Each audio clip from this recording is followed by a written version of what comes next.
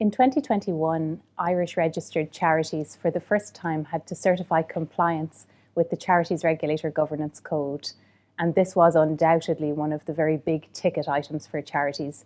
during the year.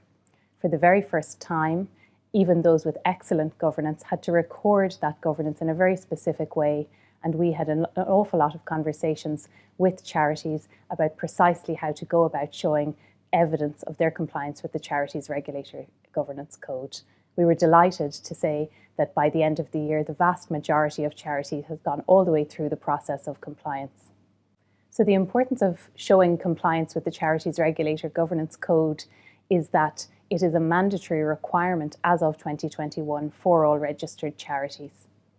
It's a statement of good faith in your charity if you can say that you are governance code compliant, and many of our charity clients would already be saying that they comply with the fundraising guidelines of the Charities Regulator and with the charity's SORP. Together, the fundraising guidelines, the accounting standard called the SORP, and the Charities Regulator Governance Code are the three pillars of showing excellent governance compliance. Considering perhaps a trend from 2021,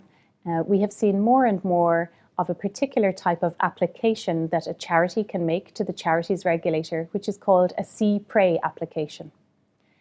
The application, in summary, applies where you have a very restrictive purpose or a fund with a very restricted purpose, and that means you can't spend the money or the fund. We have managed very successfully during the year to apply to the Charities Regulator for a large number of these C-PRAE applications for our clients, and this has meant that our clients have been able to put those funds toward other charitable purposes. This has been really valuable, particularly in 2021, and we would encourage any charities that have historic funds or property that they're unable to use to consider a C-PRAE application. So looking ahead to 2022 and the likely challenges for the sector, I feel that our client base will be all about surviving and thriving in a continued pandemic environment. For those who fundraise, fundraising has become extraordinarily challenging, as you can imagine, and we have many charity clients who would not have had a history of fundraising and who now have to find a way to fundraise in this new challenged environment. In terms of the likely fallout or impact of COVID, I think we see it most clearly with our healthcare clients. We have many clients among the voluntary hospital sector and also the intellectual disability sector, and those have really been extraordinarily challenged during COVID, but have risen to the challenge and indeed have gone so far as to help the state infrastructure and the HSE throughout this period. We wonder if in 2022 we may see further consolidation in the sector. It's something we've expected for some time and which we have had some very good success stories,